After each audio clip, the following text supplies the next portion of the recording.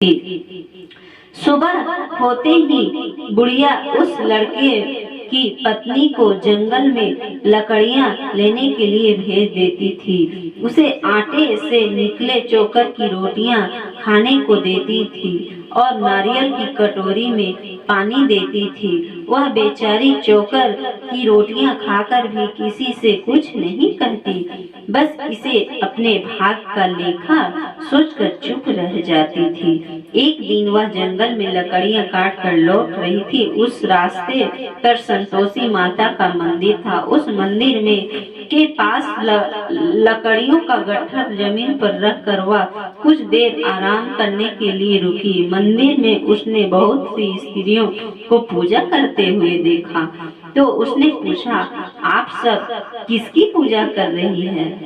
इस पूजन के करने से क्या पुण्य मिलता है? एक स्त्री ने उसे बताया, हम सब संतोषी माता का व्रत करके उनकी पूजा कर रही हूँ। संतोषी माता की पूजा करने से धन संपत्ति से भंडार भर जाता है, निर्धनता दूर होती है, परिवार में सभी सुख शांति से रहते हैं।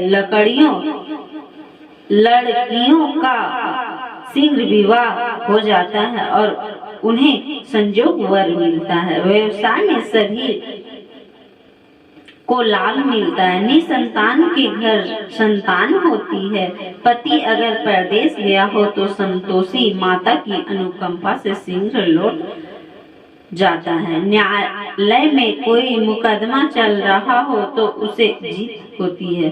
धन संपत्ति में बढ़ोतरी होती है। पारिवारिक कलेश नष्ट हो जाता है। व्रत करने वाली स्त्रियां पुरुषों को संतोषी माँ का सुख मिलता है, सभी मनोकामनाएं पूरी होती है। स्त्रियों से संतोषी माता के व्रत के बारे में इतना सुनकर उसने व्रत करने की विधि भी पूछी।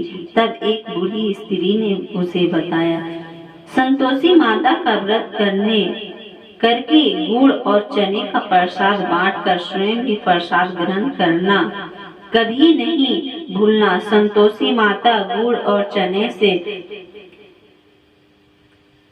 की गई पूजा से प्रसन्न होती है। संतोषी माता का व्रत शुक्रवार को ही किया जाता है। शुक्रवार को सूर्योदय से पहले उठकर स्नान नदी से निवृत्त होकर संतोषी माता के मंदिर में जाकर पूजा करके मंदिर बनाकर पूजा करनी चाहिए। व्रत करने वाले को उस दिन कोई भी खट्टी चीज या खट्टा फल नहीं खाना चाहिए। घर में भी किसी को खट्टी चीज नहीं देनी चाहिए। संतोषी माता के व्रत के बारे में सभी बातें पूछकर सातवें बेटे की बहू ने मन में निश्चय किया, आज सारी लकड़